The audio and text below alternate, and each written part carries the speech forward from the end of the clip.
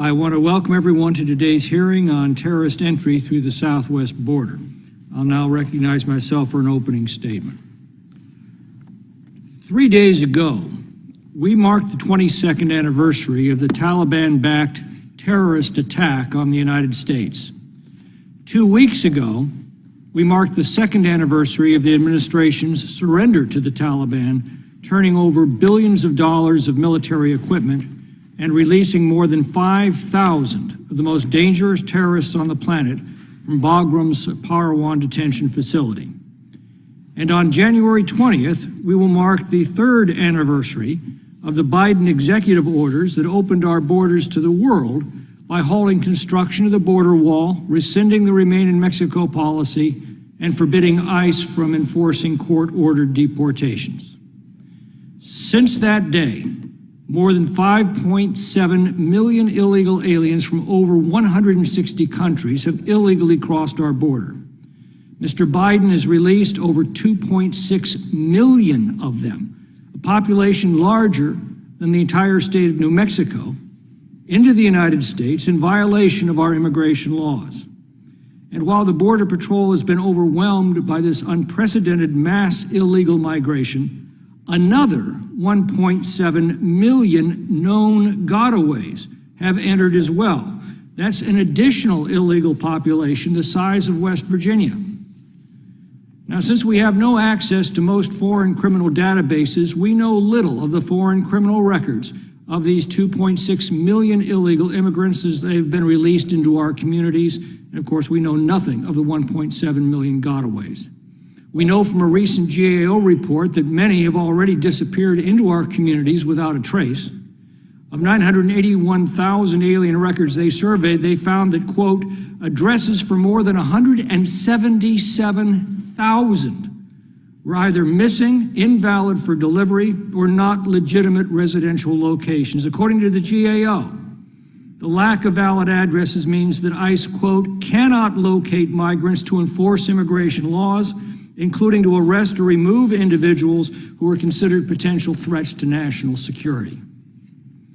Of much greater concern, of course, is the 1.7 million known gotaways, people the Border Patrol has observed entering this country, but could not stop because our resources are overwhelmed.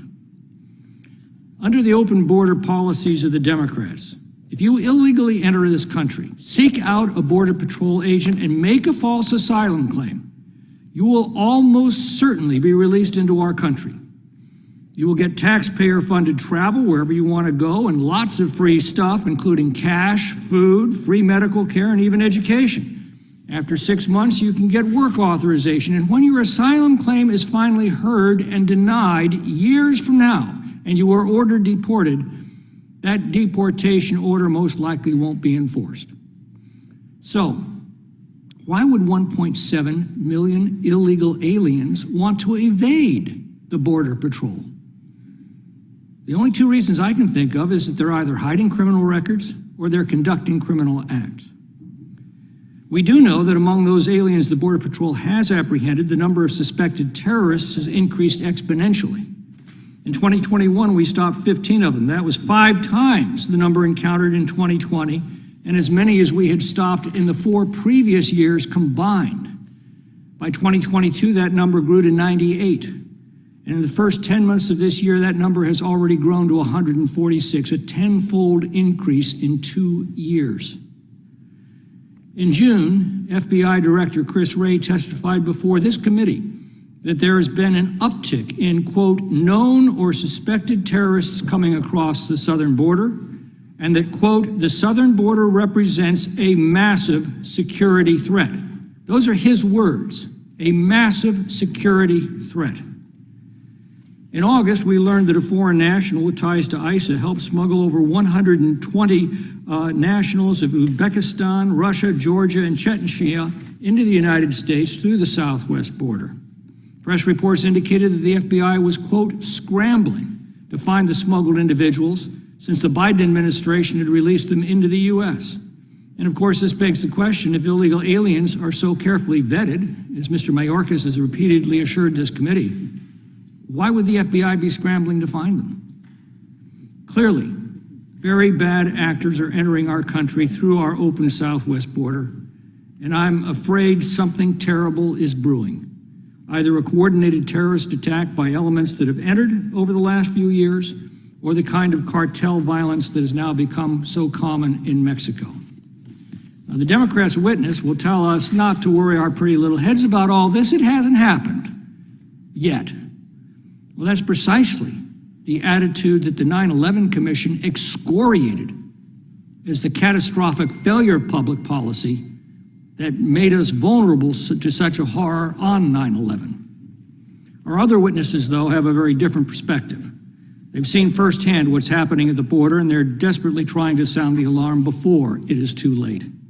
I hope that we will all heed their warnings today. And with that, I'm pleased to recognize the ranking member for 5 minutes. Thank you, Mr. Chairman. Welcome and good morning to our witnesses. It appears that this subcommittee has found a new angle to have the same border hearing that we have had 6 times already this Congress. Another hearing where we hear the same tired and untrue talking points about the southern border and actions by President Biden and Secretary Mayorkas. I'm not going to repeat them because guess what? These claims by my Republican colleagues actually empower smugglers to convince desperate migrants to pay for their services.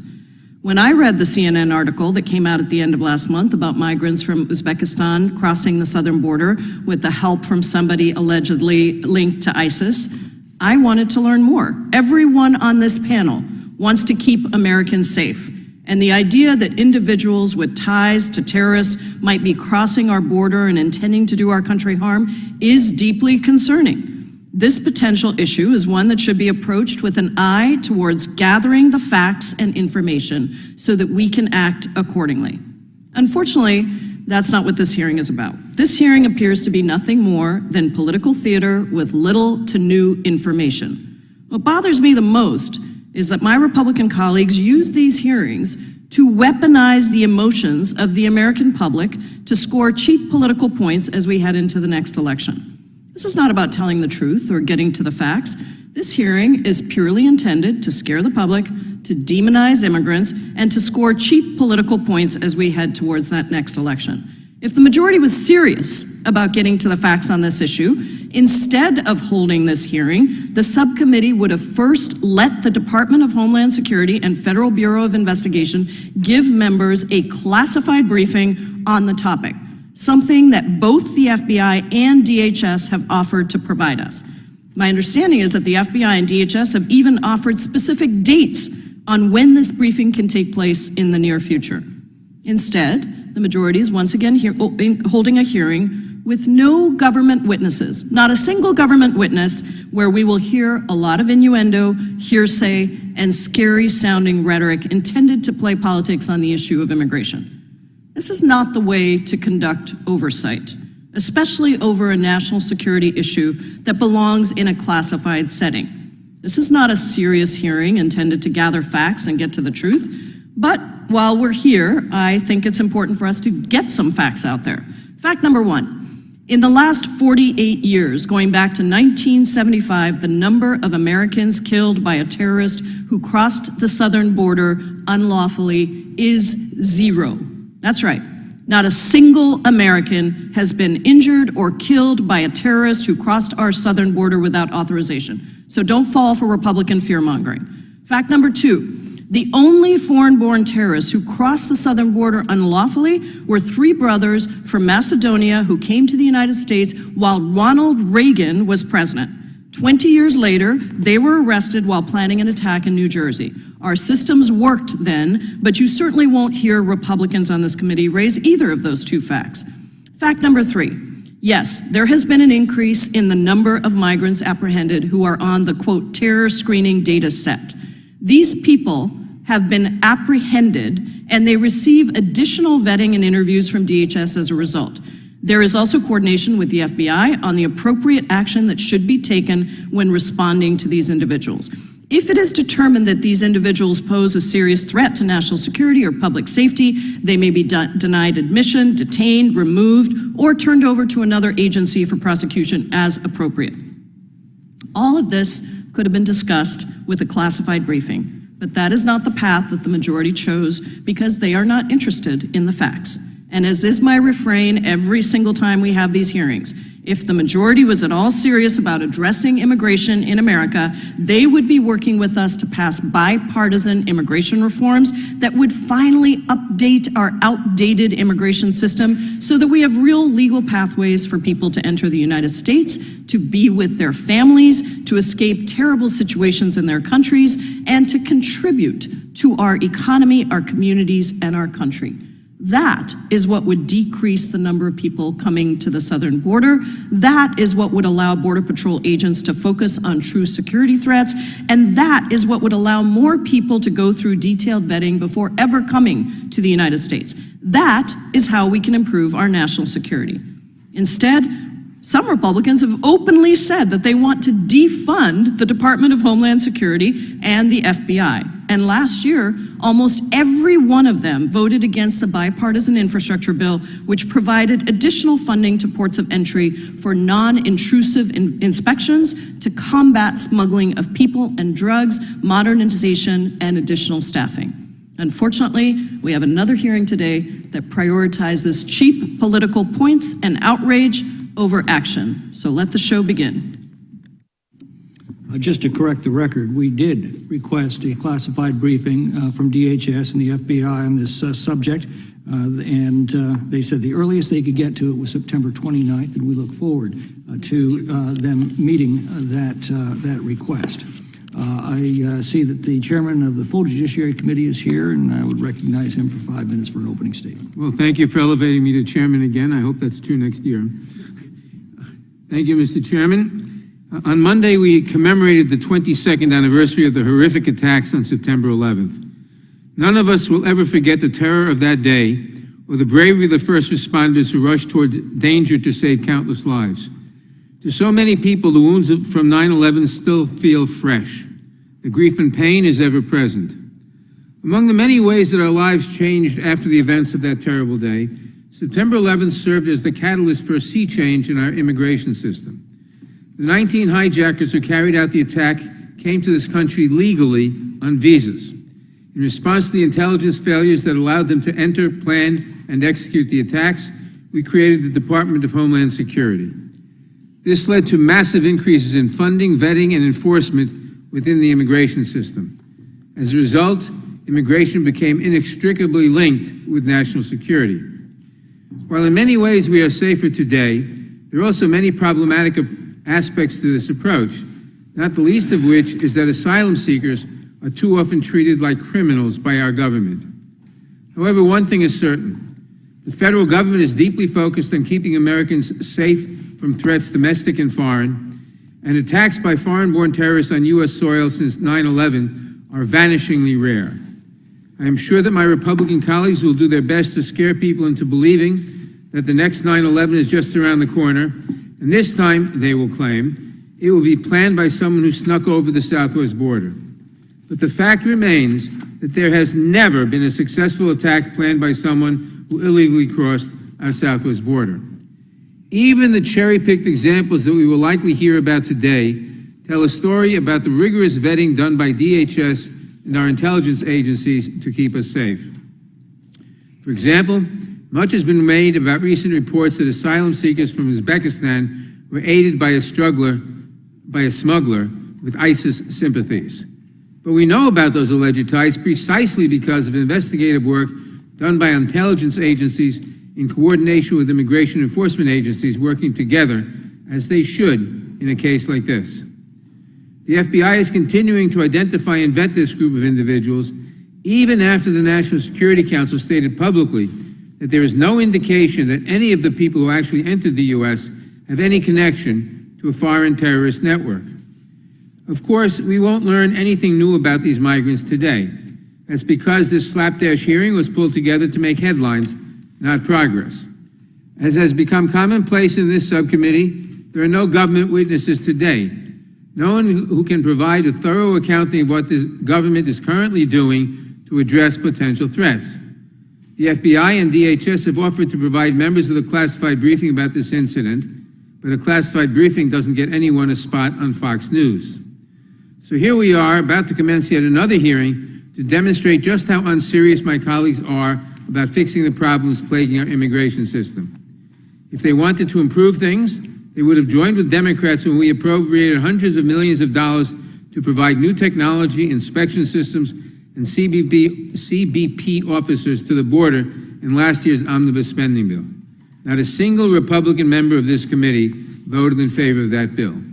And now many of them want to defund DHS, DOJ, and the FBI, or else they will shut down the government. These extreme MAGA priorities are dead wrong, and the American people are watching. I thank the witnesses for appearing in front of us today, and I yield back the balance of my time. Chairman yields back. The chair recognizes the arrival of the chairman of the House Judiciary Committee. Mr. Jordan is recognized for an opening statement. Well, I'll be brief. I thank you, Mr. Chairman. Thank you for doing this hearing. I just want to respond to the ranking member of the full committee's statement that no one from the government's here to give us answers. We've been asking for answers from those guys for I don't know how long. We wrote Secretary Mayorkas before he came in front of this committee 7 weeks ago. We wrote him the week before saying, hey, here are questions we want you to be prepared to answer. This is like the professor telling you, hey, these are the questions I'm going to ask you on the exam. And he came to the committee and wouldn't answer the questions.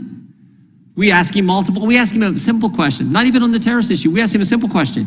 We said, how many of the over 2 million people who have been encountered on the border, how many of them have been adjudicated and been removed from the country? He wouldn't answer the question. Mr. Gates asked him. Mr. Roy asked him. I asked him a couple times. Finally, I said, is the number greater than 0? He would agree to that, but he wouldn't tell us the number. We then followed up with a letter to him. What's the answer? Still no response.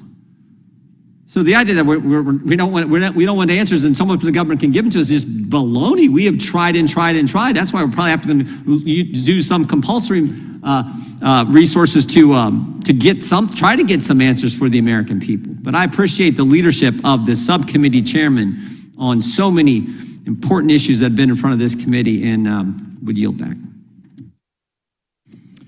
Thanks. Without objection, all other opening statements will be included in the record, and I'll now introduce today's witnesses. Our first witness will be Mr. Todd Bensman. Mr. Bensman is the Texas-based Senior National Security Fellow for the Center for Immigration Studies. Prior to that, he led counterterrorism intelligence for the Texas Department of Public Safety's Intelligence and Counterterrorism Division. He's written about and routinely reports on the U.S. border crisis. Mr. Bensman holds an MA in Security Studies from the Naval Postgraduate School, the Center for Homeland Defense and Security, and an undergraduate degree in journalism from Northern Arizona University. Our second witness will be Mr. Charles Marino. Mr. Marino is a national security expert who served as senior law enforcement advisor to DHS Secretary Janet Napolitano from 2009 to 2011. He was a career Secret Service officer during 3 different administrations. He is a graduate of the National War College, from which he received an MS in National Security Strategy, and is currently an adjunct professor at the University of South Carolina. The minority, of course, gets to choose a witness. They did not choose any administration officials, but we have with us today at their invitation Mr. Alex Nowrasteh. Have that right? Nowrasteh. Nowrasteh, thank you. Thank you for asking. Mr. Nowrasteh is the Vice President for Economic and Social Policy Studies at Cato Institute. He's written on the economic impacts of immigration on the economy. Mr. Nowrasteh received a BA in Economics from George Mason University and an MS in Economic History from the London School of Economics. And then finally, returning to the subcommittee is Chief Rodney Scott, who served 29 years in the United States Border Patrol before retiring as Chief of the Border Patrol in August of 2021. During that time, he held numerous leadership positions at various stations and sectors along the southwest border, as well as several leadership and specialized assignments at U.S. Customs and Border Protection headquarters. I want to welcome all of our witnesses, thank them for appearing today, and I'll begin by swearing you in. Would you please rise and raise your right hand?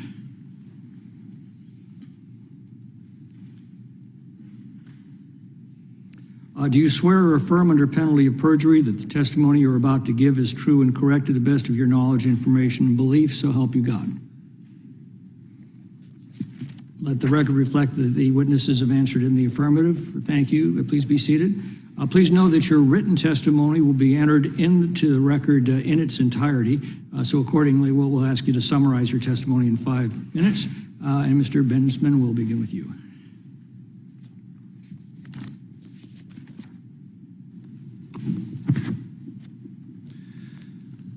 Thank you for holding this hearing about a national security consequence of the worst mass migration crisis ever to have stricken America. The consequences is the threat of terrorist entry over that border. And evidence demonstrates the mass migration crisis has elevated that threat, as I'll explain. After 9/11, DHS developed border counterterrorism programs that did prevent terrorist infiltration into the United States. A threat, by the way, that the 9/11 Commission expressly warned about. Programs established in 2004, perhaps aided by sheer luck, have thwarted numerous border crossers for 20 years, as I documented in my book, America's Covert Border War. The sole illegal entrant who has carried out an attack since 9/11 was a Somali who sympathized with ISIS and crossed illegally at San Jacinto and was released and went on later to strike Edmonton, Alberta, Canada in 2017. But the ongoing border crisis has rendered those counterterrorism programs unviable now. One of the most impactful of those systems directed Border Patrol agents to tag migrants as special interest aliens if they hailed from listed countries where terrorist groups operated. ICE would detain special interest aliens until federal agents could interview and debrief them as part of enhanced security investigations. Derogatory results led to many deportations, which kept Americans safe. A recent CNN report, however, revealed just the latest evidence that this interview program has broken down. DHS went into red alert after discovering a human smuggler tied to ISIS had brought at least a dozen Uzbekistani special interest aliens over the border. They were all quickly freed into the interior like most other illegal immigrants of late without being interviewed. We know this because CNN also reported that U.S. authorities mounted a nationwide manhunt for the Uzbekistanis so that they now could conduct the interviews. This episode is only the latest revealing failures in our border screening systems. If you won't believe me, review the July report of DHS's Office of Inspector General, which detailed how Yuma Sector Border Patrol agents accidentally freed a Colombian national on the terror watch list. Authorities found the man in Tampa 2 long weeks after he was accidentally released. Why did this happen?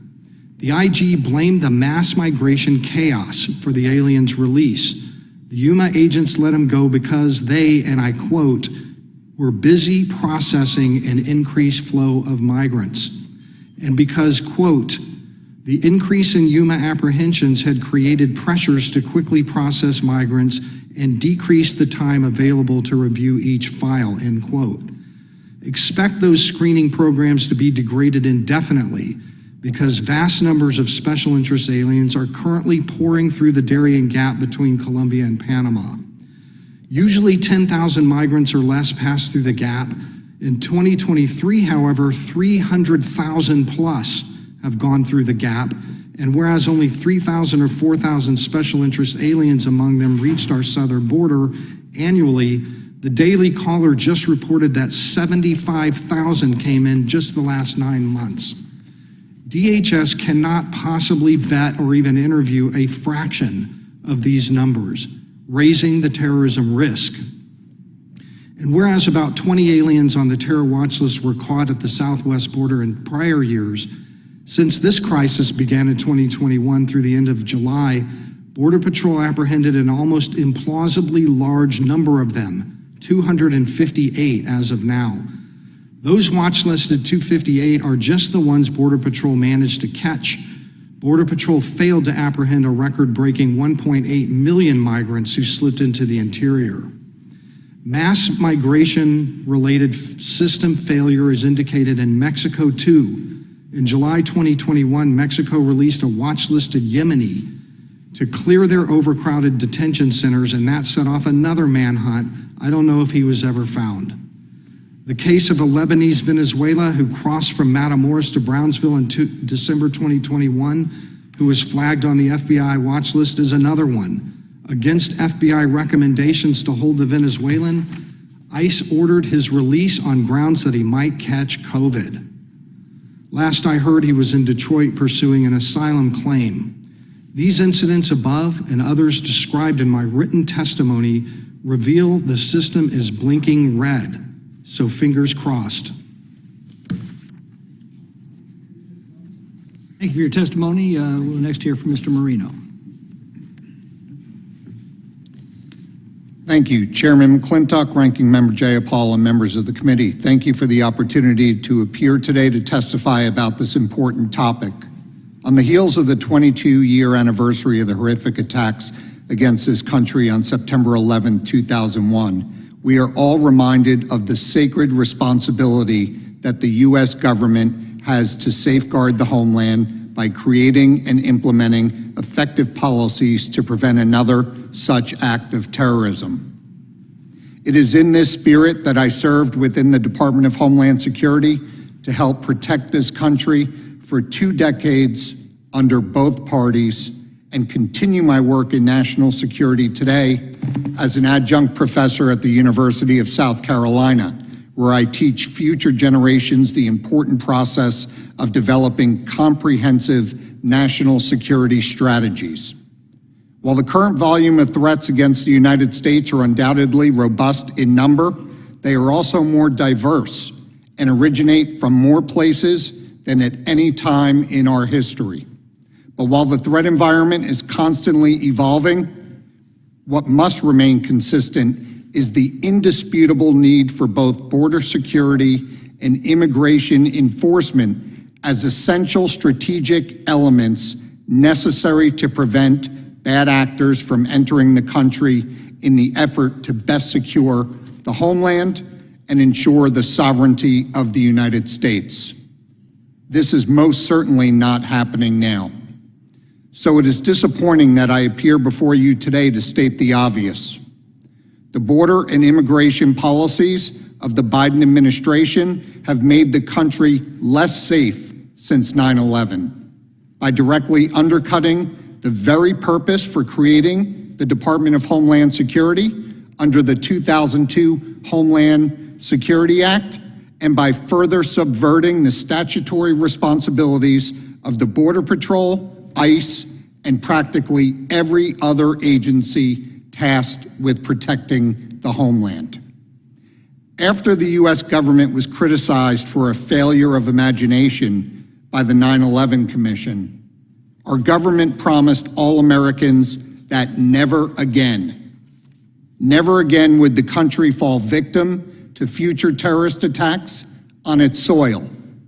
Despite that promise, it is blatantly obvious that the Biden administration is suffering from the same failure of imagination that took place then, and foolishly underestimating how easily our adversaries, including terrorist groups, can and will exploit our open borders with the help of the Mexican cartels to kill innocent Americans. We must do something before it's too late. We are all aware of the catastrophic amount of fentanyl entering our country, killing approximately 70,000 Americans per year, and the unprecedented level of human trafficking, modern-day slavery, as well as the unsustainable influx of undocumented migrants that fleece Americans of their resources without paying back into the system. But we must also start paying attention to the imminent terrorist threat that the cartels and others pose to the country. After all, if the cartels will work with China to kill thousands of Americans via fentanyl, shouldn't we assume that they would also work with other adversaries and terrorists for the right price to facilitate illegal entry into the country?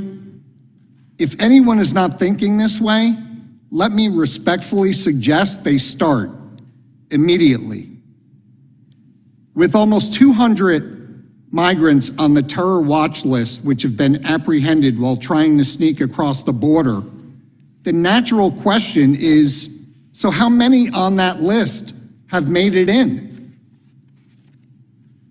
Recently, more than a dozen Uzbekistan nationals smuggled in by a suspect with connections to ISIS were released into the United States, with some missing, just as many of those from the Afghanistan withdrawal debacle who were ushered onto our soil without thorough vetting.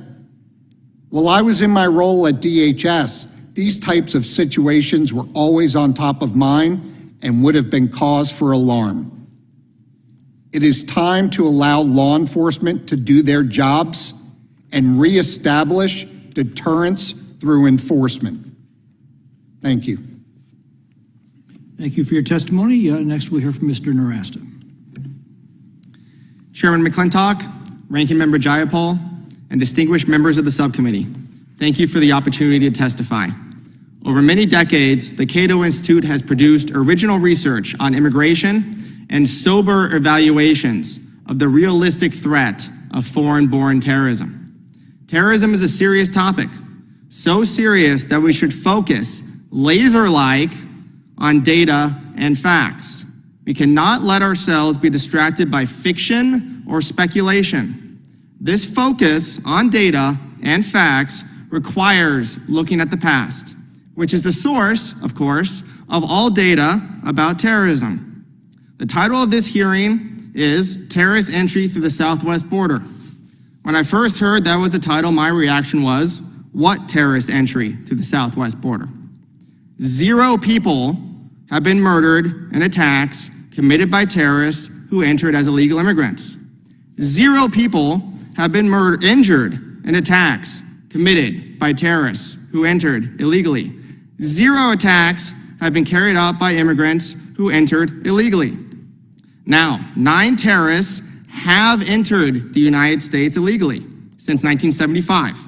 5 of them illegally crossed the US-Canada border. 1 was a stowaway on a ship, and 3 of them, Dritin Duca, Elzvir Duca, and Shane Duca, entered illegally through the US-Mexico border in 1984. At the time of entry, Dritin Duca was 5 years old, Elzvir Duca was 3 years old, and Shane Duca was 1 year old. In 2007, they were convicted as part of the Fort Dix plot, which was broken up by law enforcement during the planning stage. 0 asylum seekers who became terrorists entered through the US-Mexico border. 13 terrorists have entered as asylum seekers, and they are responsible for 9 murders and about 669 injuries in attacks on US soil since 1975, but none of them crossed the southwest border. There have been 0 attacks by illegal border crossers who were flagged by the Terrorism Screening Database, also called the Watchlist. Federal prosecutors have not filed charges related to a terrorist plot on US soil against anyone who entered between a port of entry and who was flagged by the watch list. Almost all individuals listed in the watch list are not terrorists. Data released by the Washington Examiner showed that 25 out of the 27 watch list hits encountered by Border Patrol in the first months of 2022 were citizens of Colombia.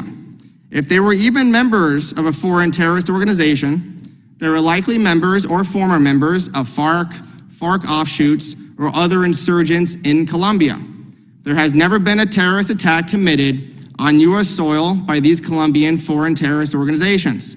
There is no publicly available evidence that they have ever intended to target the US homeland in a terrorist attack, and no foreign-born person from Colombia has ever committed, planned, attempted, or been convicted of attempting to commit terrorism on US soil.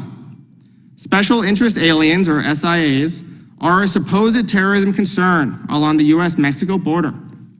DHS has a fancy definition of SIA, but the reality is that the SIA designation is a label for illegal immigrants from a country that could have terrorists and nothing more. SIA is not a meaningful metric to understand the threat of terrorism along the border or anywhere else. Although terrorists who cross the US-Mexico border have never murdered or injured anyone in a terrorist attack on US soil, there is, of course, a chance that a foreign-born terrorist could cross the US-Mexico border and commit an attack at some point in the future. It's got to be above 0. The way to reduce that threat is to vastly expand legal immigration, to diminish the numbers of illegal immigrants down to very low levels. Such a liberalization and deregulation of immigration would allow Border Patrol agents to focus their efforts more fully on deterring security threats instead of trying to centrally plan international labor markets. Thank you.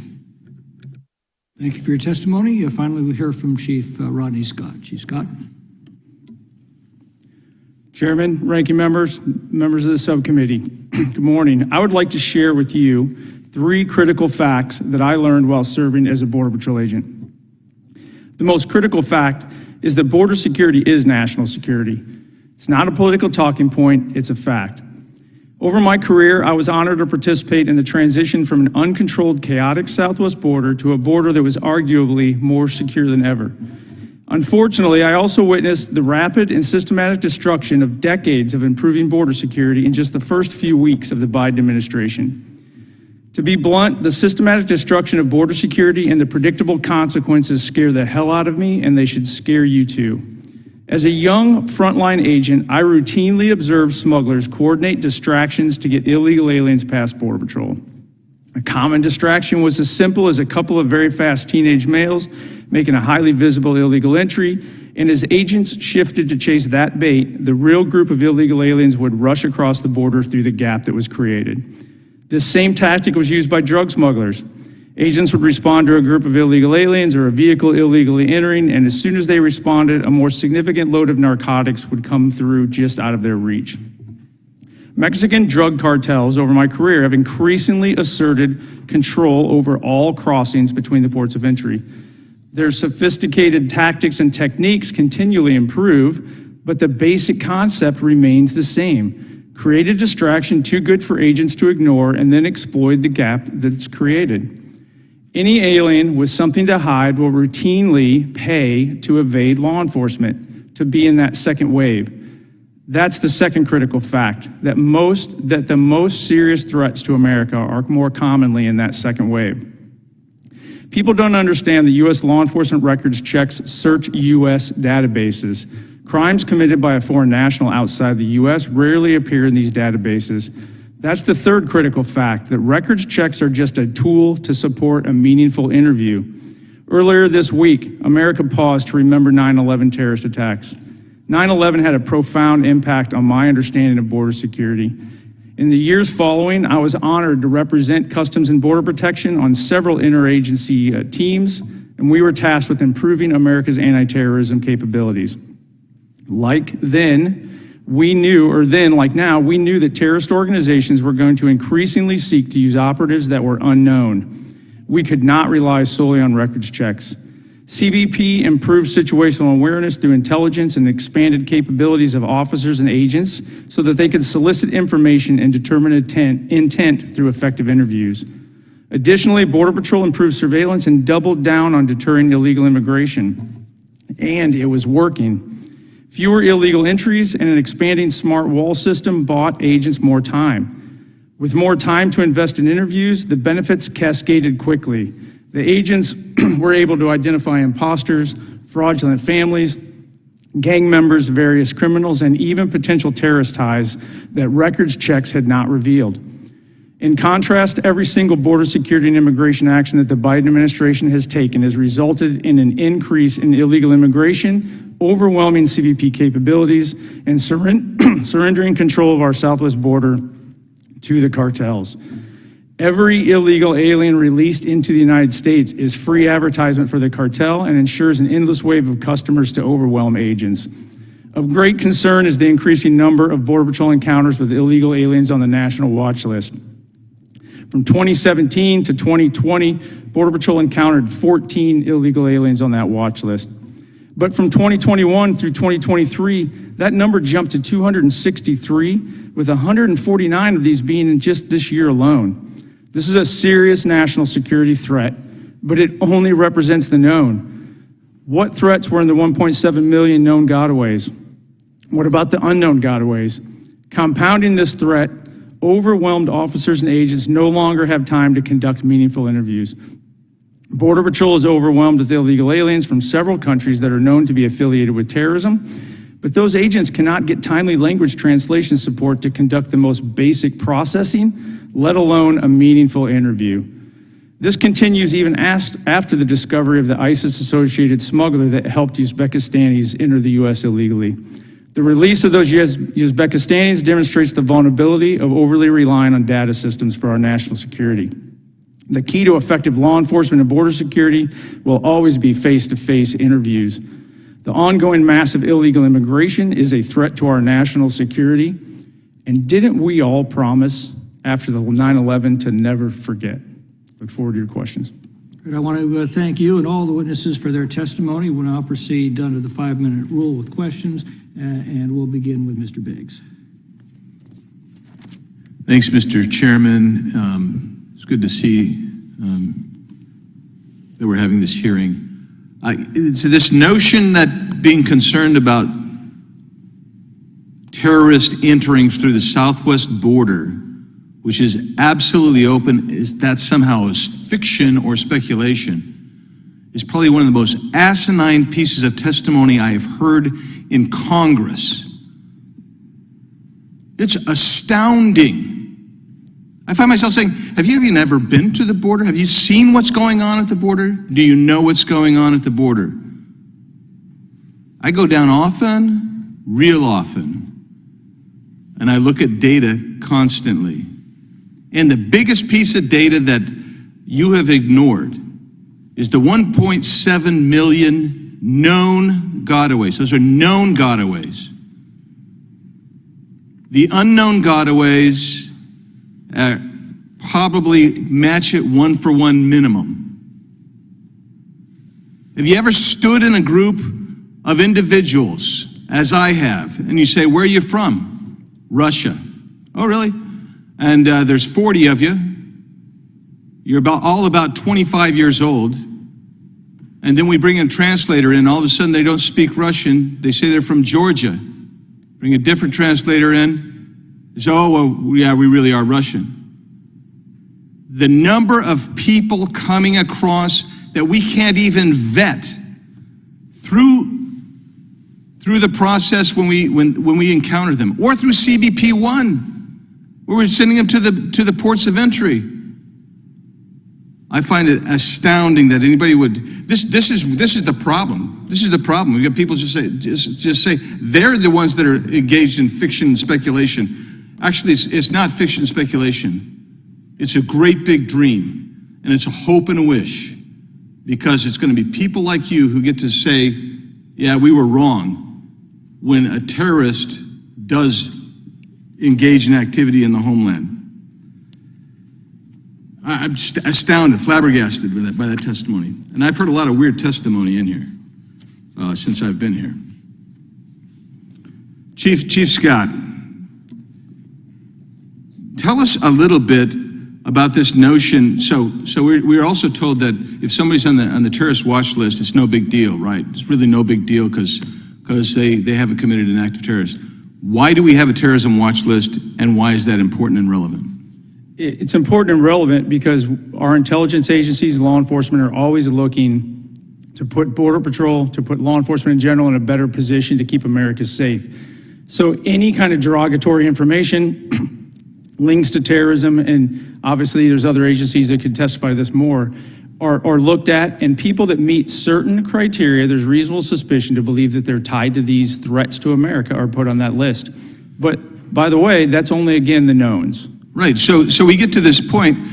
Are there nations in the world that we have no information whatsoever about? We can't get any background on these people, even if we do encounter them and actually have a chance, which we don't really have very often, to interview them? That would be the vast majority of the globe. Yeah. We have very little information. We act on what we have, but when you think about the total population of the world, we have very, very minuscule data on How about with Mauritania? Do we have? Sorry?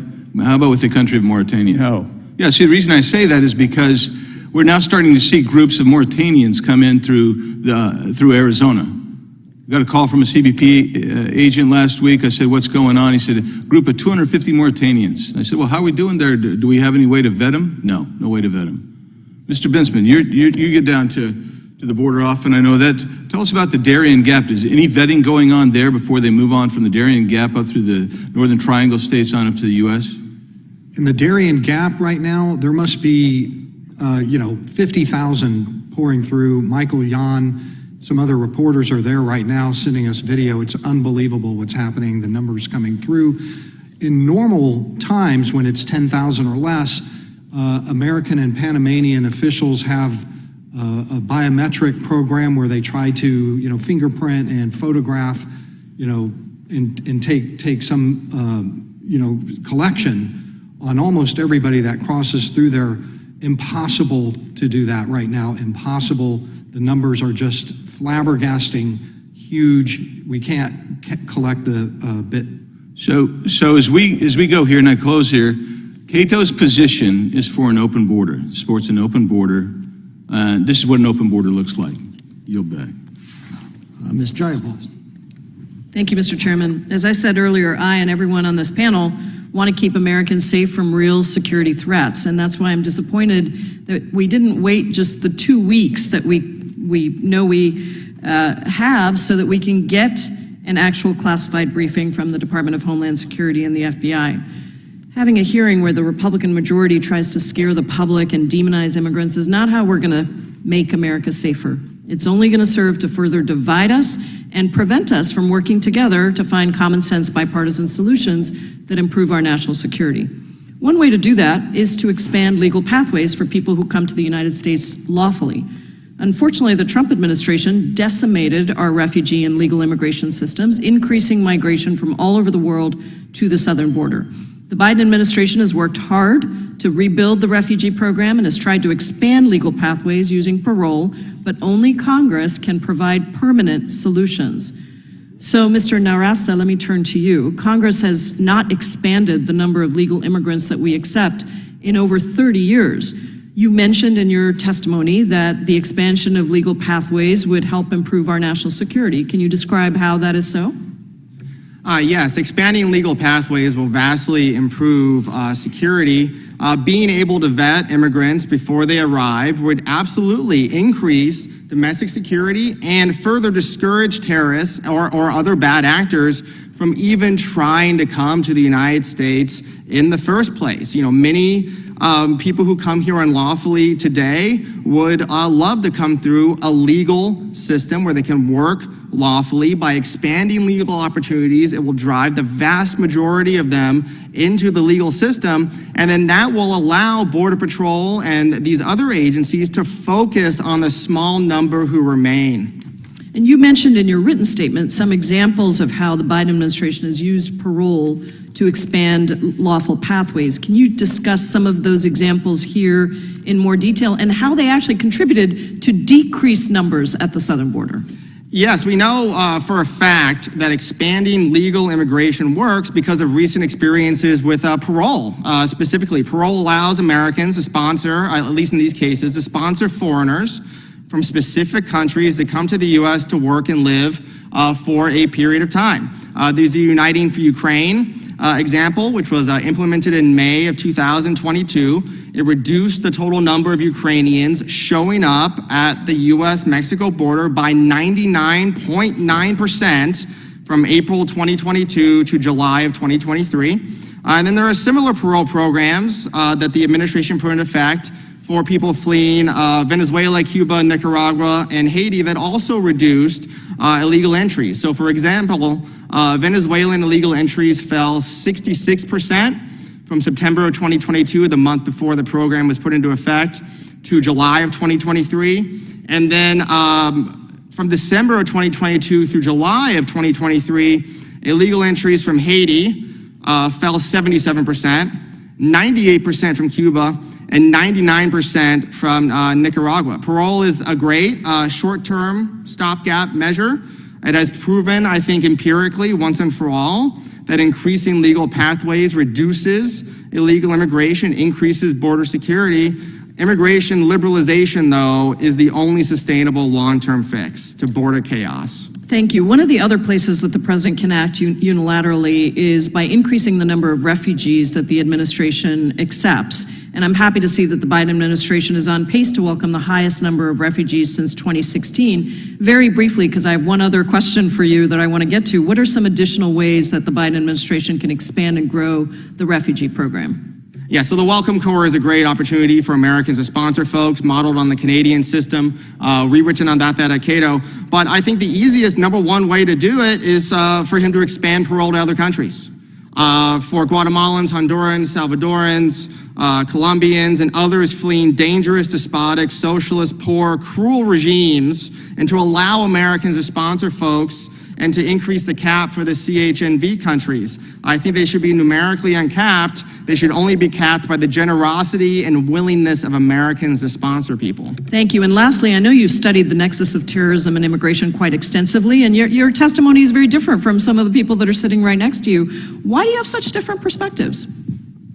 I think it comes from our different approaches to studying topics in general. I like to look at the data. I like to zoom out, to take a look at the big picture, to take a look at the actual risk, to use normal analysis, risk analysis used by the government in other areas, by insurance companies, by others, to look at that, to read through some of this other research out there. A lot of it is anecdote driven. We need to be data driven. Terrorism is too important to ignore the data.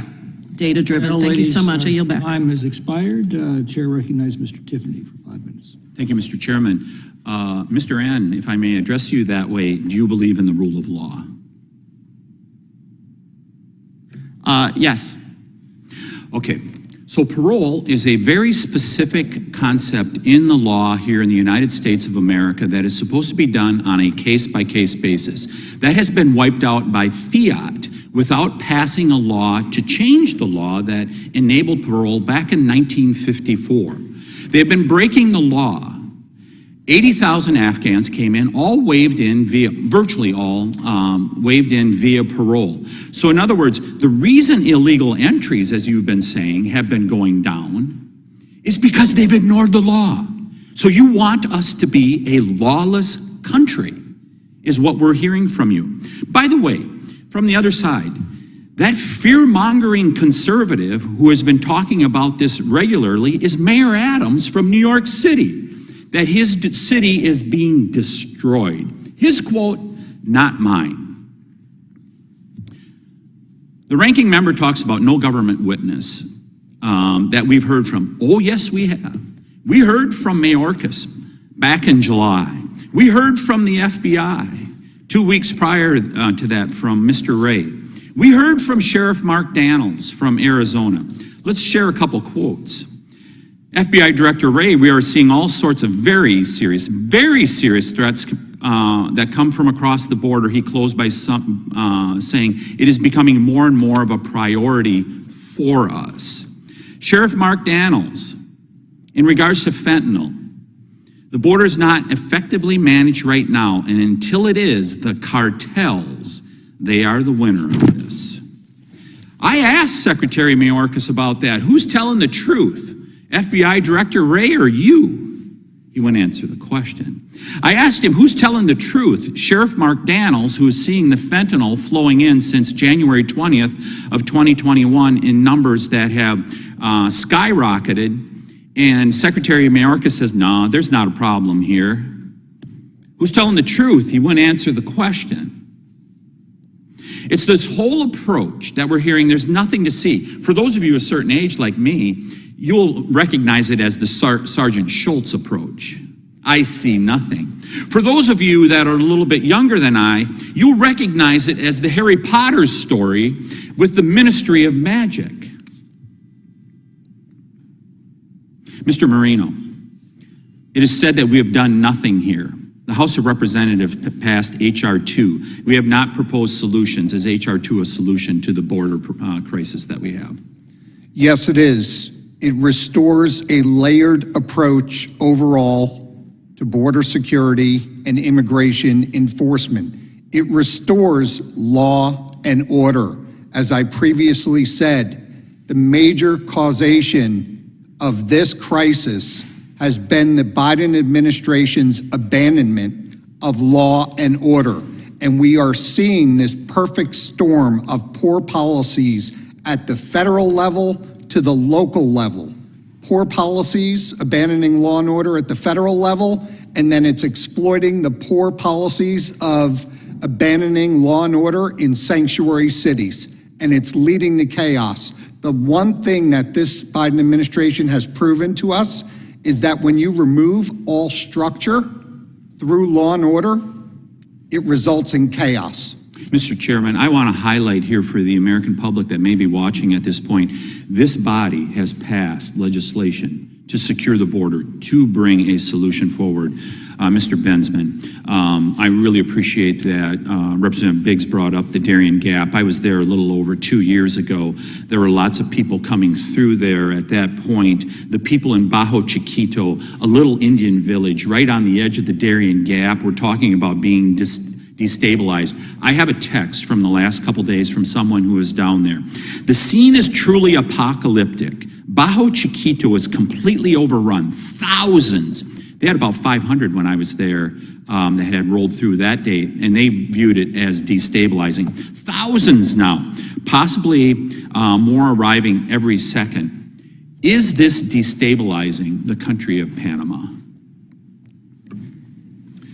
Actually, Panama has a policy in place called controlled flow. So they are moving all of those migrants through into Costa Rica as fast as possible by bus so that they do not destabilize the country. They've always done that. Costa Rica does the same thing. They essentially, the governments are the smugglers in that case. They are moving them through rather quickly. However, the numbers that are passing through right now, I don't know. I don't think we've seen anything like this particular number right now that's happening, that's going through. It will certainly overwhelm the Panamanian and Costa Rican capacity to move them through like normal. So they send them here. They're all coming here. I yield. Everyone's coming here. Thank you. Gentleman's time has expired. Mr. Nadler. Thank you, Mr. Speaker. Since, Mr. Chairman, rather, since the mayor of my city was invoked, let me say that he is incorrect in saying that this is destroying the city. He is trying to get federal aid because it's properly a federal, not a city expense. But the fact is the $12 billion figure he mentions is over 4 years, $3 billion annual expense, which is 3% of the city's budget, which we can absorb with difficulty, although it's properly a federal responsibility, which the mayor is pointing out. Mr. Nowrasteh, I want to discuss some of the terms that are being thrown around by the witnesses and my colleagues. We've heard a lot about migrants who are encountered who are on the terrorist screening data set or the TSDS. Can you discuss this data set in more detail? Who's on this list? Does it only include known or suspected terrorists? It does not only include known and suspected terrorists. There is a reasonable suspicion standard for being included in these, but there is an exception to this based on a rational inference, which, as far as we can tell, is just when somebody says they should be on there and they put them on there. You know this is true because 99% of people nominated to be on this list by other agencies, by other people in the government, are included on there. There is no rigorous test or screening to put people on this list. In your testimony, you mentioned that the TSDS includes many false positives. Can you explain what a false positive is and why they appear in the TSDS database? So it's basically an erroneous match, mistaken identity.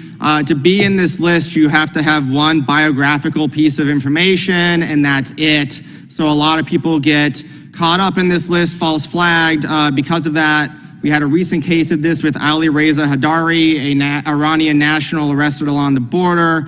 He was flagged as a watchlist. There were a lot of scary news stories about this that came out very rapidly about this Iranian national who was on the terrorist watch list, and then whoops, it was the wrong guy. Thank you. During the Biden administration, we've seen an increase in the number of people on the TSDS database who have been apprehended along the southwest border. While this is still less than 1% of all apprehensions, can you discuss some of the potential reasons for this increase over the last couple of years? For example, do migration patterns in the hemisphere, including increased migration from Colombia, have something to do with this increase of migrants on the TSDS apprehended on the southwest border? Not only is it very small, it is minuscule, 0.0, hold on, let me count the zeros, 0.007% of people apprehended by Border Patrol in 2023 so far have been on this watch list. I think that you hit on it directly, sir. Colombians explain a lot of this. I ran a regression analysis this morning about the number of Colombians coming to the border, and it's the best predictor of the number of hits on this watch list. The CBP does not release the nationalities of people who are on the watch list who come up as hits, but a great Washington Examiner piece that was leaked had some leaked data that said that 25 out of 27 of those folks in the first half of 2022 were from Colombia. And as I said in my written remarks, there's never been a terrorist attack by Colombia, and they don't target the U.S., but there's also a wrinkle in this data, which is when you take a look at Border Patrol apprehensions that lead to these hits and those through customs, the number has actually gone down since 2019. Okay, thank you. I have a number of questions which I'd like to answer quickly because we only have a minute. We've also recently heard the term special interest aliens. Can you describe what a special interest alien is? Yeah, DHS defines it as a non-U.S. person based on analysis of travel patterns, and, well, it's a long definition. A lot of other things are put on this list. A lot of words in practice. An SIA is just somebody from a country that could have a lot of terrorists in it. It's not a meaningful metric. Are special interest aliens terrorists? Are they even suspected of terrorism? No, in fact, as DHS... According to one source, Yeah. Border Patrol agents encountered 25,000 special interest aliens in fiscal year 2022. That's a lot of people. Has an SIA apprehended by the Border Patrol ever committed an attack on U.S. soil? No, and DHS explicitly says being an SIA does not mean that you are a terrorist. Thank you. My last question is it possible that the number of SIAs have increased in recent years because the decimation of our legal immigration and refugee systems have led people around the world to believe that the only way to immigrate to the United States is via the southwest border? Not only is it possible, I think it is extremely likely and the best explanation for why there has been an increase in illegal immigration and border crossers from around the world and from Central and South America. The U.S. immigration system is extremely restrictive. It is very difficult to come here. The idea that we have an open border is ludicrous. It is totally contrary to all the facts and to what's happening. If we have an open border, why are people paying $5,000 to $20,000 to be smuggled here? Virginia and Maryland have an open border. I don't have to pay $20,000 to go from my home in Virginia to Maryland. Where is this open border that we keep hearing so much about? Thank you very much. My time has expired. I yield back. Mr. Roy. Mr. Nowrasteh, prior to September 11th, 2001, how many individuals had flown airplanes into the World Trade Center and killed 3,000 people? 0. Thank you. Mr. Scott, how many gotaways have there been? 1.7 million known. That means there's evidence, video, whatever, but I can't give you an estimate on how many we don't know in the hundreds of miles of border that are not being patrolled. Mr. Nowrasteh, where are those 1.6 million gotaways? They are most likely at different places in the United States. Who are they? Working and living. Who are they? Well, they're probably people from different countries around the world, sir. Probably. People from all around the world. They are from different countries around the world, yes, sir. Yeah. How many different countries? Well, if the data that we have about those who are apprehended is any indication, a large number of countries, probably about 162 of them from all over the world? Probably, yes, sir. Right. You willing to bet your family's life, my family's life, on the safety of in our country, irrespective of who these individuals are when you don't even know who they are?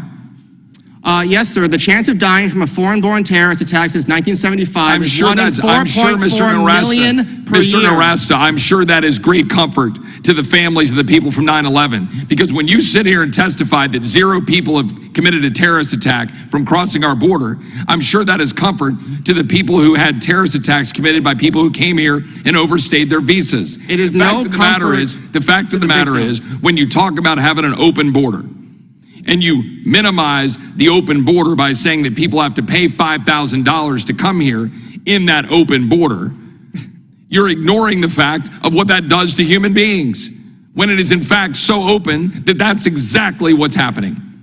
I'm sure that your position is great comfort to the man in Baltimore who was being held up for ransom for $23,000 so that his little girl wouldn't get raped in a stash house in Fort Worth.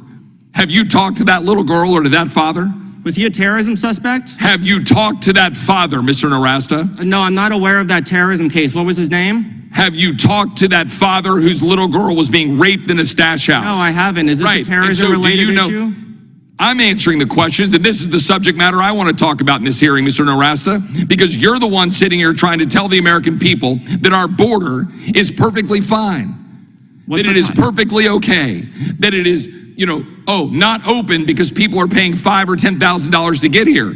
So it is very much relevant that a little girl's getting raped in a stash house because of the policies of you and radical leftists who don't give a damn about it, because it is more politically expedient for you to saddle up to the Libertarian Cato Institute or a bunch of radical leftists and talk about, how important it is for people to free flow across borders. I have talked about the chaos repeatedly, sir. The way to reduce the chaos is through legalization and liberalization, not cracking down more. If you cared about the border chaos, that is the way to do it. Which will perpetuate the lawlessness, and you know it. Mr. Bensman. Exact opposite. Please, Mr. Bensman, can you please expand on your testimony about dozens of terror watch list foreign nationals apprehended at the southern border being members of the Revolutionary Armed Forces of Colombia, or FARC, and how dangerous that is to this country? Right. One of the most disturbing aspects of the border crisis has been the recent development of FARC-related terror watch-listed suspects crossing that border. Those are people who have spent years and years involved in murder, kidnapping, drug trafficking, extortion, bombings. They are experts in weaponry. These are people who the United States absolutely would never countenance coming across the border and never provide a visa for, certainly. The fact that FARC members, former of the delisted faction, but also there are two FARC factions that are still listed, that those people would cross our border and come into this United States is anathema to all of our Homeland Security values, a terrible development that we should pay a lot of attention to, because a lot of Colombians are coming across. It is true that so far we haven't seen an attack. This is a relatively new thing for FARC, but one thing that we have to worry about is that when FARC members cross into the United States successfully, they will embed themselves in Colombian immigrant communities and very probably begin intimidation tactics, vigilante justice. This is a terrible thing for Colombian communities inside the United States in general.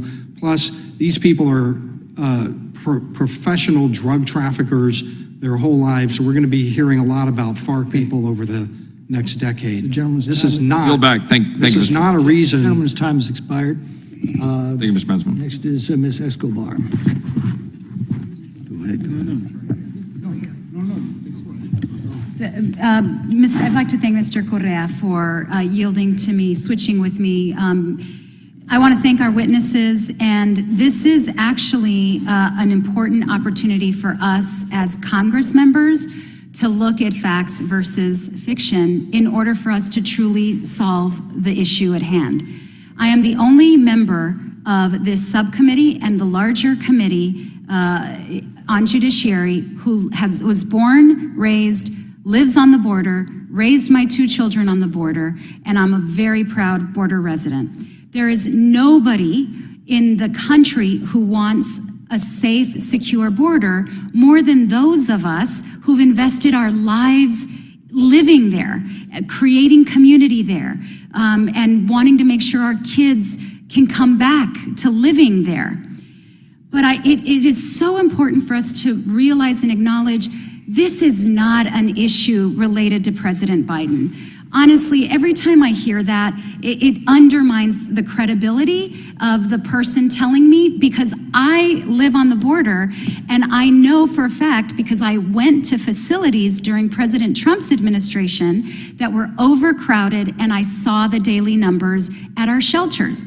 The only time the numbers dropped were immediately after COVID, and only for a few months. They went right back up in May of 2020, long before the November 2020 election, long before President Biden was elected, even longer before he was sworn in. So we do ourselves and the issue an injustice by politicizing it and blaming the president.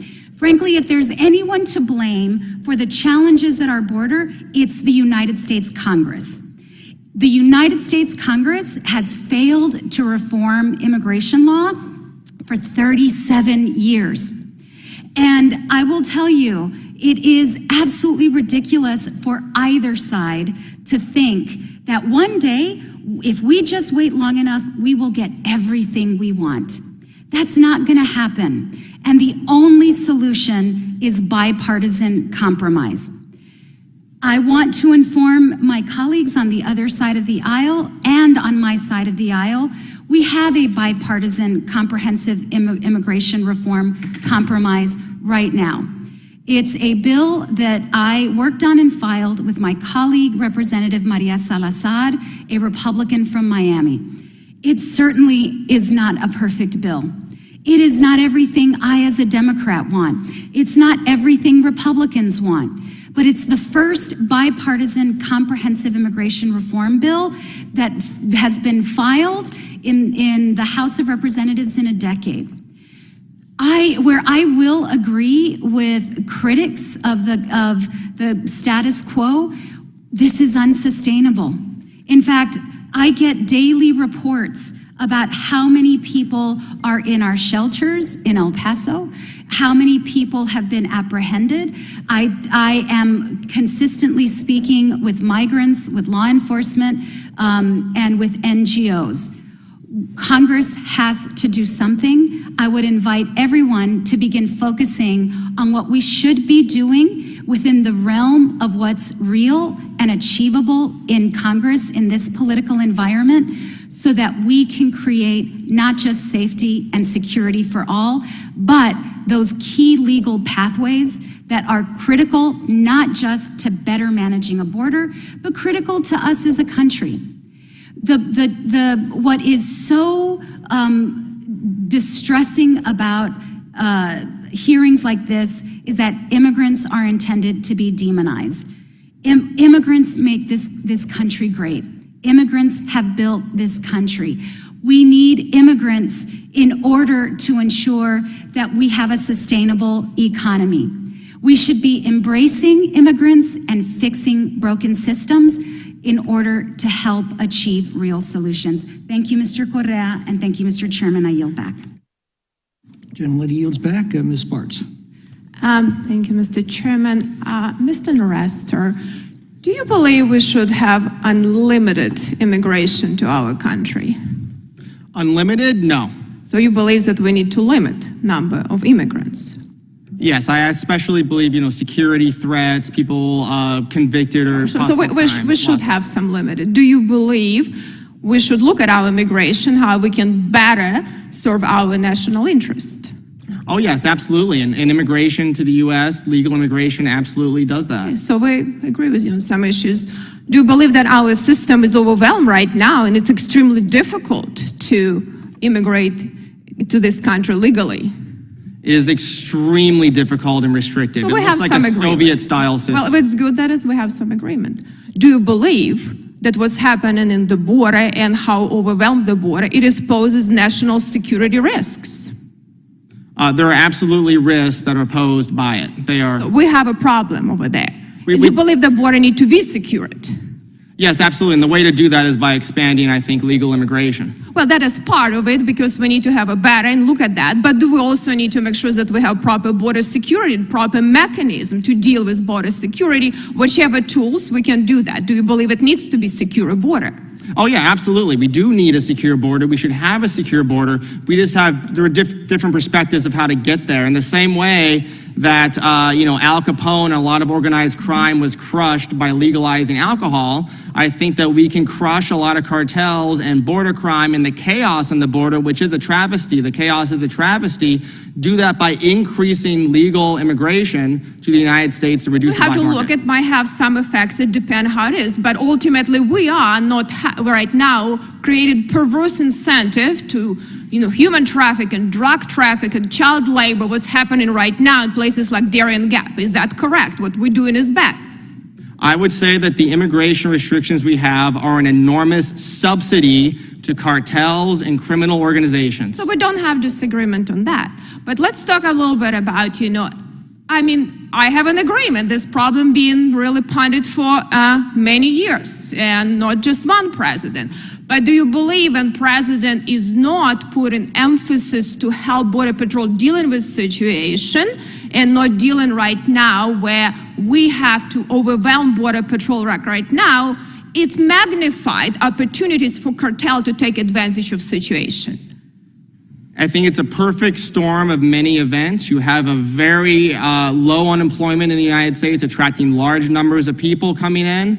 I think that you have a restrictive system that makes it difficult for lawful people to come in.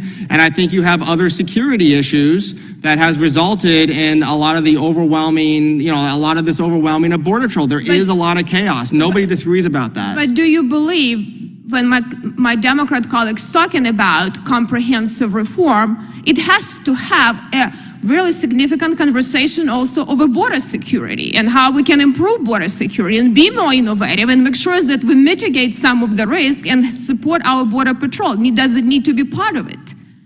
Yeah, absolutely. I think the best way to do that, the best way for Border Patrol and for the U.S. government to regulate the flow of people in the United States is to legalize it, because you can't regulate a black market. But what I said, we can have a debate about legal immigration, but we also should have a debate how we can secure a border better, correct? I agree, but I think they're linked. I don't think you can do one without the other. And we should link, but unfortunately we kind of having this chicken and egg situation where one side says we need to, because it's not, it needs to be a comprehensive solution, because this is not a joke situation on that border.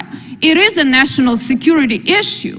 It is a national security issue not just for border state, it's for all of the states, whether it's New York or Indiana, and now we allow also, cartels in China to really become in very material drug trafficking and fentanyl and what's happening in the country. It is going to be a big problem. So I hope you encourage your colleagues to look at the situation too, and look how not just, because we never have that conversation. We do it in politicking. And we have a very dangerous situation in the border. We have to acknowledge it as a country. I came here as a legal immigrant. This is country created by immigrants, but we need to have an orderly process. We cannot have anarchy with the country of law. Otherwise, we will become like third world country with cartels running the country, and we cannot let it happen. So I hope you will help me to talk to your colleagues, and I yield back. Gentlelady yields back, and Mr. Correa. Thank you, sir, for holding this hearing today. I'm also a member of Homeland Security. I'm the ranking member of the Border Security Subcommittee. And in Homeland, we've probably had at least half a dozen hearings on this issue, Mr. Chairman, and I welcome one in the Immigration Subcommittee. This is an important issue. National security is important for America. Democrats, Republicans, for America. We should be talking immigration, but let's talk border security. I want to remind everybody that the most deadliest attack on American soil, 9/11, we just had the commemoration across the country to remember, was carried out by folks with visas. One came on a student visa and the rest came on tourist and business visas. I have visited the border numerous times, and I've talked to the men and women in uniform, and I've asked them, what is it that makes your job better? What can make you more successful? The answer is intel, working with good intelligence, working with allies across the globe, Brazil, Mexico, the Middle East. That's what's helped you identify terrorists. In fact, if folks are interested in working with us, Chairman Clay Higgins and I have a bill, H.R. 4575, that will enable us to work much closer with our allies across the globe to make sure we have better intel. But when you talk about undocumented terrorism, we're going to mix them up. Okay, let's talk about terrorism and undocumented. If I can have this poster behind me. This is an undocumented soldier, an undocumented Marine. Does he look like a terrorist? Mr. Bensman, does that look like a terrorist to you? Mr. Nowrasteh, Mr. Marino, Mr. Scott, is that a terrorist behind us? He made the ultimate sacrifice right after 9/11. And there's a lot more dreamers in American uniform who will probably be undocumented after the Supreme Court rules on the status of dreamers in the United States. I just want to make sure people understand terrorism versus immigration versus undocumented workers. Now, gentlemen, if I can, I'm going to ask each and every one of you, do you favor deporting 10 million tax-paying undocumented workers from the U.S. right now? Mr. Scott, yes or no? I believe in the rule of law, and if you broke the law, you should be held accountable. Would you deport them right now? It's a yes or no. Judge ordered they should be deported, I would deport them. Mr. Marino? It's impossible to do. Yes or no? Would you deport them right now? Yes. Mr. Runsworth? No, and I would try to legalize. Mr. Bensman? Yes. Yes. Okay. Would you support an amendment to H.R. 2, the immigration reform bill just passed by the majority, that would essentially exempt farm workers from mandatory E-Verify? Would you support that amendment? Mr. Scott? No, I believe E-Verify is a very... Mr. Marino? No. Mr. Bensman? E-Verify has to happen. That was the chairman's amendment to H.R. 2. Let's come back to terrorism. Let's talk about Colombia. Okay, FARC was essentially decertified as a terrorist organization in 2020. Is that correct? 2021, is that correct, yes or no? Yes. Yeah, so, but yet we continue to talk about members of FARC, a civil war that happened 20 years ago, as terrorists. Is this refugee movement something unique to the United States, or is this something that's worldwide? Mr. Scott, worldwide or U.S.? I believe there are struggles. Mr. Marino, I got less than a minute, guys, come on. I couldn't hear the question, sir. Is the refugee movement something unique to the United States, or is this a worldwide phenomenon? No, it's not unique. It's worldwide. Yes, sir. Colombia right now is hosting 3 million Venezuelan refugees. And we just talked about Colombia as being a source of the problem. And in my 20 seconds left, and the trips I've taken to Latin America recently, I think we have to think about the border challenge on a worldwide scale, okay? We have a lot of allies south of the border that are hosting refugees, are working with us. And for us to sit here and talk about what's going on at that border, I think as policymakers is very wrong. Thank you, Mr. Chair, and I yield. Gentleman yields back, and Mr. Van Drew. Thank you, Mr. Chairman. I'm going to deviate from what I was going to say. I almost don't know where to start, but other than to say, Mr. Nowrasteh, I disagree and sometimes agree and partially agree with people. I disagree with you so totally.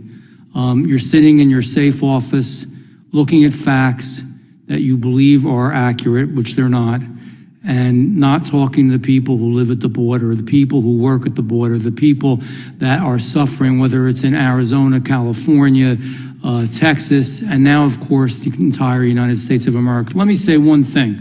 Anybody that believes this problem is only a problem for the southern border is wrong. This is a problem for the United States of America. You know, just to give you a little example, a little different route, didn't come over the border. Did you ever hear of a man by the name of Danilo Cavalcante? He's the escaped, I know, quite a sensational thing that went on. A German Shepherd got him, thank God. This is a man that murdered his friend in Brazil illegally because he's a murderer, got into Puerto Rico, and then from Puerto Rico got to Florida and then came up to Pennsylvania. Had an argument with his girlfriend. He stabbed her with a butter knife 38 times. 38 times. And, you know, nobody's demonizing immigration. We are, almost all of us, either sons and daughters or immigrants ourselves. Immigration is a good thing. Legal immigration. What happened to the idea of the rule of law? Frankly, Mr. Nowrasteh, I don't care what you think sitting in your safe office, removed from everybody, playing with some numbers. Go and talk to people. People who have suffered. And you know who's suffering too? A lot of the illegal immigrants, because they're being used. They're being used by these individuals that we know are dispensing drugs, are hurting children, are involved with human trafficking, drug trafficking. We call them the drug cartel, now establishing business in the United States. So the answer is not to just go willy-nilly and radically increase the number of illegal immigrants. The answer is to have real borders. The answer is to have the rule of law. And once you establish that, then you look into what needs to be done in our immigration system. We need to support our individuals who are trying to protect us at the border. I feel so badly for them because they are so much held back from doing their job. You know, last week I learned of an administration proposal from the Biden administration, and, you know, by the way, because of the New York City problem, what did we expect? It's a sanctuary city. New Jersey, where I live, is a sanctuary state. You're saying to people, we're going to fund you, we're going to take care of you, we welcome you, we will give you legal defense. But we don't take care of our own people. Our veterans still don't get what they need. We have a mental health crisis in America. We have an educational crisis in America. But we don't have the money and time for that. But we have the money and time to take God knows who, some of them good people, but doing it the wrong way, some of them not. And you know, according to your figures, never has any one of them done anything bad. That's just not accurate. It's not. So consider the national security implications of what they want to do to my state. I live in southern New Jersey, Atlantic City Airport. We have the 177th Fighter Guard. You have the FAA Technical Center. Serious facilities that need to be protected. The 177th protects the Washington to New York corridor. They wanted up to 60,000 people they're talking about in a town of 50,000 people. That's going to really do well for the education system. But sure, you want to open it up, so let's open it all up. Every country in the world, whether they're good, bad, or otherwise, just let them open it up. We can't absorb that, and you're not going to answer yet. This is especially concerning given recent reports that we have that there are ISIS sympathizers smuggling Russian and Eastern Europeans across the border, and terrorists have been apprehended who are real terrorists at our port of entry. I don't know where you get your stats from, but we also get stats that are good. So the situation's out of control. Chief Scott, in your written testimony, you mentioned how the terrorist attacks of September 11th were perpetrated by individuals who entered the country through ports of entry. Is the United States at an elevated risk of any type of terrorist attack given the state of the southwest border? You're a chief. You have only want to say what's the truth. Tell us the truth. I believe we are, and we forget that there would have been 20 attackers, but one was actually caught by a CBP officer that interviewed him. We're not doing those interviews at the southwest border. The cartel's picking and choosing who enters our country right now instead of us, and that is a significant threat to this country. Mr. Nowrasteh, so do you think... Time's expired. Oh, I'm sorry. Thank you, Chairman. Man, I'm fired up. I'm sorry. Mr. Moore. Thank you, Mr. Chairman. You know, we've talked a lot, and I don't think any of us in here are against legal immigration, but immigration builds a nation, but an invasion destroys a nation. What we have going on the southern border right now is an invasion. We basically replaced the population of my entire state with people we really don't know who they are. And, you know, as Mr. Nowrasteh, is that how you say your name? Nowrasteh. Nowrasteh, the Remain in Mexico policy that the Trumps had in place, wouldn't that help vet people before they came here? Because I understand that the minute we did away with remain in Mexico, people started pouring in here and then applying for asylum. And so we gave them a cell phone and sent them on their way in buses or whatever the case may be. But don't you think in some ways that would help us vet the people coming across the border? I don't think it would do too much better than what's going on right now. I mean, the main problem is that you just have a large number of people who are coming up, all the asylum and non-asylum. Let me ask you this then. Sheriff Daniels testified. 4 decades on the U.S. southern border. He wasn't in an office. He's actually on the border.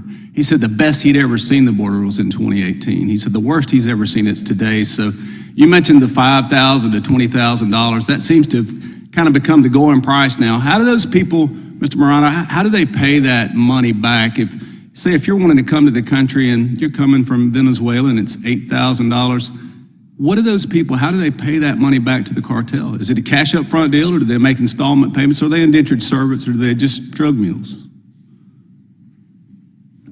They work it off while in the United States, and it comes in all different forms in terms of how they pay that off. This is where we're extremely susceptible to terrorist organizations, because depending on who funds in advance the money to the migrants to make this journey, their families are going to be held to account back in the country of origin where they start, and the migrant, once they enter the United States, is basically at the beck and call. It's an extension. So you were saying they're either bond servants or slaves? Is that what our government is doing? That's exactly right.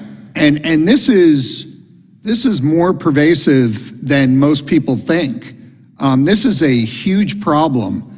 Most of these migrants don't have a way to pay in advance these funds to be trafficked across the border. So the overwhelming majority are going to do the beck and call work of the cartels and whoever else the cartels are working with. And so they have to make those payments, or else the cartel goes and finds a family, or something horrible happens. It's a fact. I've studied this for decades and decades. This is a long-term payment plan. If they don't do what they're told, families die in the countries of origin and the person here. And this has gotten dramatically worse since January of 2020. Dramatically. Mr. Scott, I heard that this is an option too, that if you didn't have the money, you could actually backpack heroin, cocaine, or fentanyl to pay your passage. So instead of installment payments, you could actually backpack drugs, become a mule, if you will, to the cartel, and that paid passage. Is that also a case? Have you heard that? I just happened to hear that when I was at the border. Yeah, I agree with the prior witness, everything you said, and that is also another way that you can pay is by trafficking drugs or doing any service for the cartel. Chief, you said that the CBP caught one of the 9/11, one of the 20, I guess. My understanding is the other 9/11 pilots or terrorists, whatever we want to call them today, they actually overstayed their visas. I believe that is accurate. The one individual in DHS didn't exist yet, so it was Legacy Customs, but was doing a good interview and believed that something wasn't right with that individual and denied him entry. And it's believed that would have been the 20th. The others, Mr. Bensman, any of you guys want to answer this? Had we actually enforced the laws on the books, and when the visa has expired, the visa expired, it was sent them back, this could have been averted, could it have not? And it doesn't matter. I believe it could be. I really want to highlight too, though, we identified that threat. We worked on that threat for years within CBP and DHS, but we never ignored, no matter what you do to criminals and terrorists, they're going to try to do something else. We knew they would go to the southwest border. That was part of the planning. That was the second phase. We're seeing it now. The threat is real. So, Chief, you are warning us now that there is a problem. Yes, definitely. Go ahead, Mr. Marino. Yes, and we are certainly in an elevated risk environment. I oversaw the implementation of the National Terrorism Advisory System, and I'd actually like to see it used the way we intended it to be used. Instead of sending out bulletins on things like disinformation and number one threats that are not the number one threats, I have yet to see an NTAS bulletin issued about the crisis on the southwest border and the threat level that it accurately represents.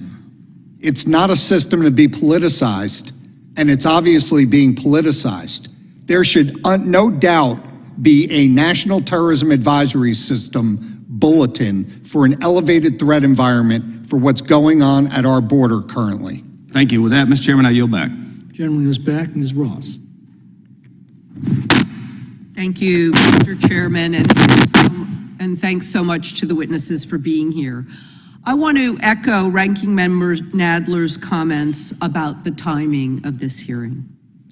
It's 3 days after the anniversary of the worst terrorist attack the United States has ever seen. And this week should be a time for all of us in Congress to reflect on the impact of terrorism and what we can do to make our country safer from attacks like the one that we saw on 9/11. But this hearing is not really respecting the legacy of 9/11. Rather, scheduling this hearing for this week, the majority is using the tragedy of September 11th to justify their immigration agenda that does not solve all of the immigration issues that are before us, as my colleague, Congresswoman Escobar, laid out. And it's painful to see the legacy of 9/11 twisted in this political manner. As we've heard from Mr. Nowrasteh, there have been no murders or injuries committed by terrorists who have illegally entered the United States through the U.S.-Mexico border in the past 48 years. This hearing doesn't reflect that reality, nor does it provide a forum for a genuine discussion about how to make our country safer from the terrorists who are most likely to come here.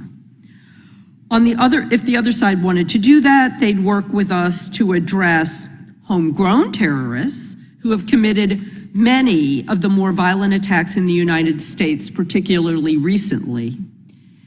And if they wanted to make our country safer, they'd work with us to provide security to schools, churches, movie theaters, and keep the guns out of the hands of violent individuals with extremist belief. Mr. Nowrasteh, could you remind the subcommittee, how did the 9/11 terrorists enter the United States? The 19 9/11 hijackers entered lawfully. 18 of them entered on tourist visas. One of them entered on a student visa, and they were lawfully present at the time of the attacks. And is entry through the southern border in any way connected to terrorist activity in the United States? It has not been historically, and there is very little indication that it is currently. And what is the likelihood that someone will be murdered by a foreign-born terrorist in the United States? Based on data from 1975 through the end of 2022, the annual chance of being murdered is about 1 in 4.4 million per year. By comparison, the chance of being murdered in a non-terrorist homicide is about 1 in 20,000 per year, or about 316 times greater.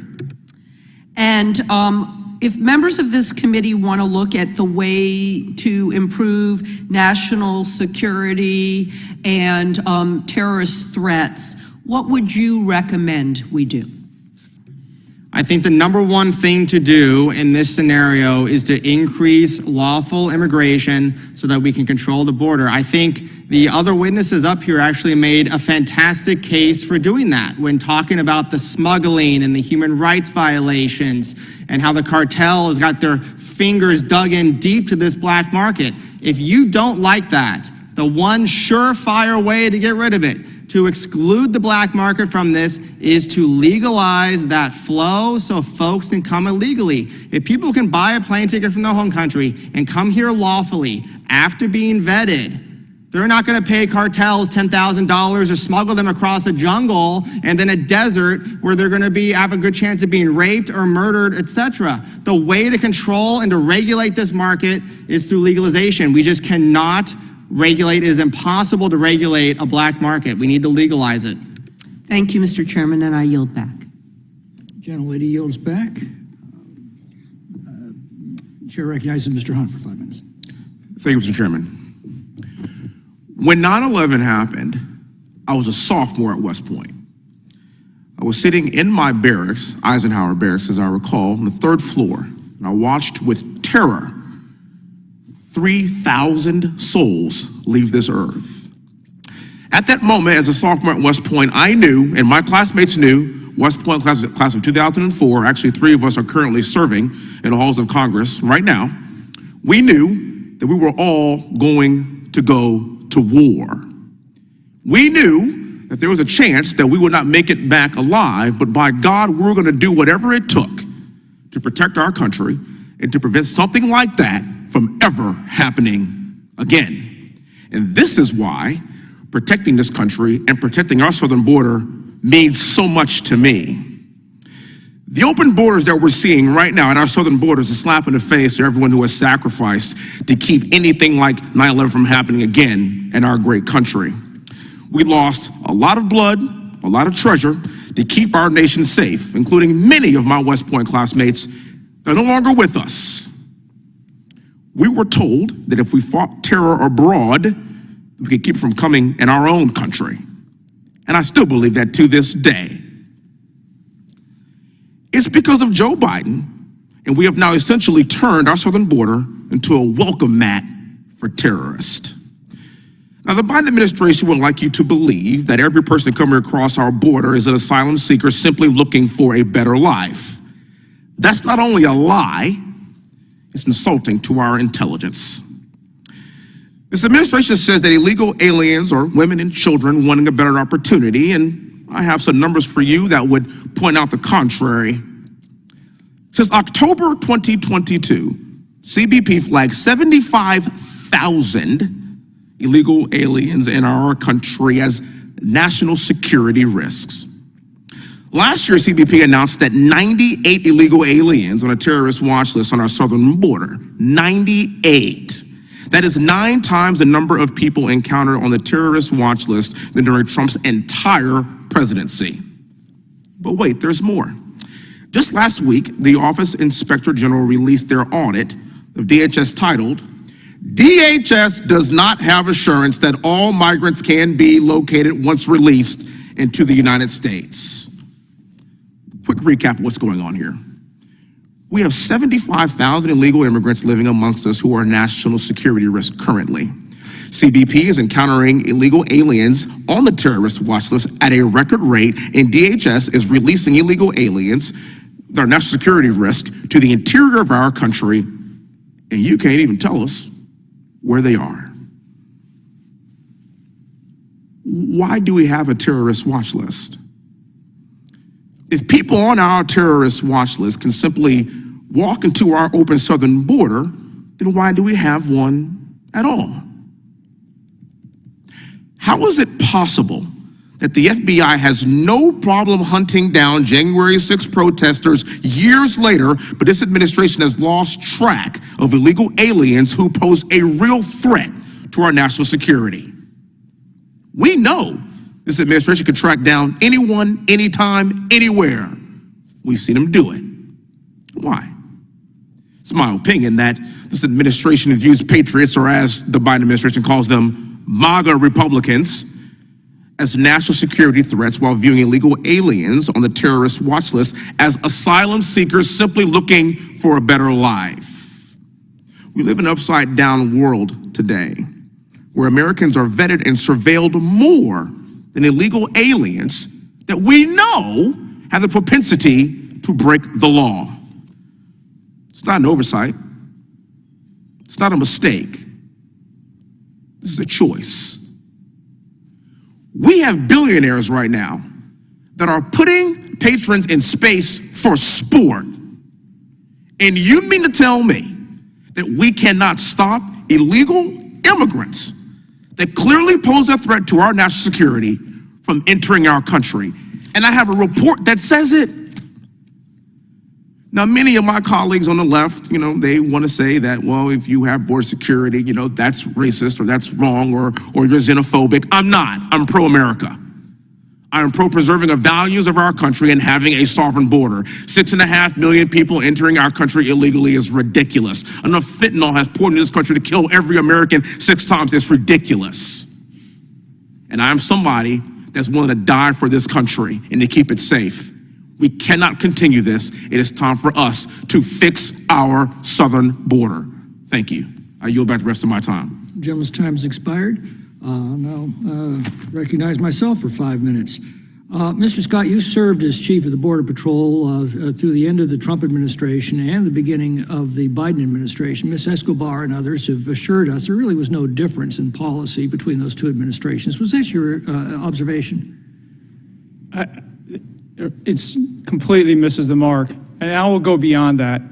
I was in the Border Patrol for 29 years, not just during the Trump administration. I was in San Diego when the Clinton administration said, illegal immigration is a threat to this country. We need to do something about it. And we came up with an operation and we started using things called fences, same as a wall. And we started using consequences. We addressed it. What impact did the Biden policies have on the security of our southern border? It reversed the entire 29 years of my career. It reversed all the progress we made and completely decimated border security. Would you say that these changes are responsible for the crisis we now see at that border?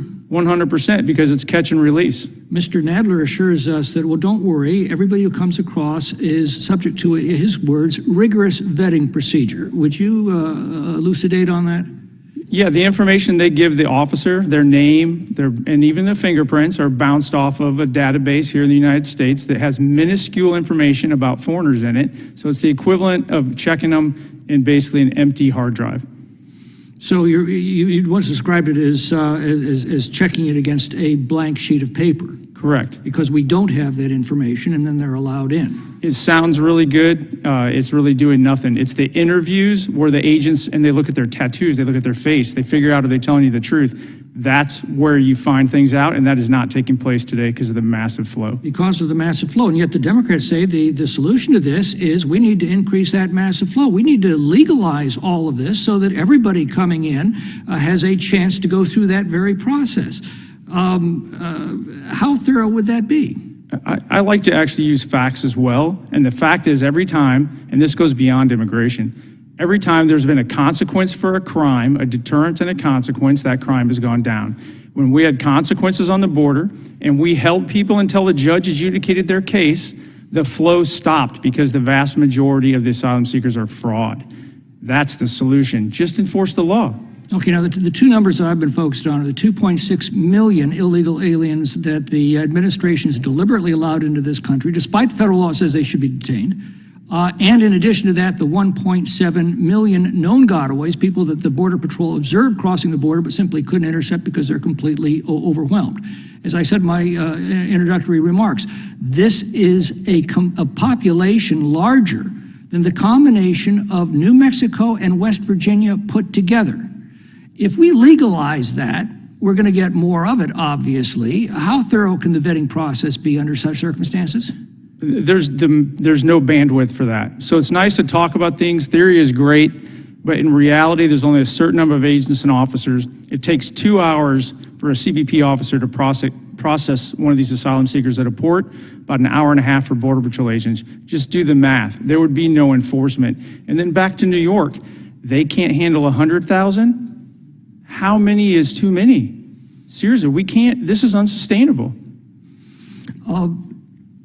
Mr. Nowrasteh, 5,000 terrorists released from Parowan. We know where one of them went. One of them 10 days later went to Abigate and detonated the bomb that killed 13 U.S. service members. Can you tell us where the other 5,000 are? I'm sorry, can you tell me the name of that individual? I missed the first part of that. The terrorist who detonated the bomb came from Parowan. Where are the other 5,000 that were released that day? Which bomb? The bomb that was detonated at the Kabul airport. Oh, in Kabul. Don't play dumb. Come on. No, I'm sorry, I couldn't hear you. You mean in Afghanistan? In Afghanistan. If you want to play dumb, play dumb. I'm done asking you questions. I'm sorry, is this about the southwest border? I'm not playing this game with the Is this about terrorism on the border? Mr. Bensman, we talk about legalizing the process. Don't we already have a legal process availed by millions of people to enter this country legally, who obey all of our laws, who do everything our country's asked of them? Isn't that system already in existence? Isn't the problem that we have millions of people now flouting that law? Yes, and I think after 9/11, a lot was done to enhance the counterterrorism kind of security screening measures for a lot of those, which I believe made it more difficult. They do fail still sometimes, but But I believe that with this mass migration crisis, that the balance is shifting where bad guys across the world are well aware that our border now is a vulnerability and they can get through. There was just recently in July a case in Ohio, FBI case that just wrapped up that involved an Iraqi asylum seeker. He is the pleaded guilty now defendant whose plot involved bringing 4 Iraqi terrorists over the border to kill President George Bush, former President George Bush. That was a legitimate counterterrorism case, and what it shows us is that the bad guys are looking at that border right now.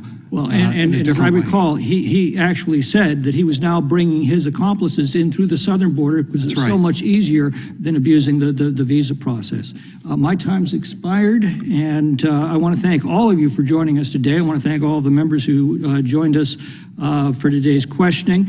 This will conclude the hearing. I'd like to thank the witnesses for appearing. Without objection, all members will have 5 legislative days to submit additional written questions for the witnesses or additional materials for the record. And without objection, the hearing is adjourned.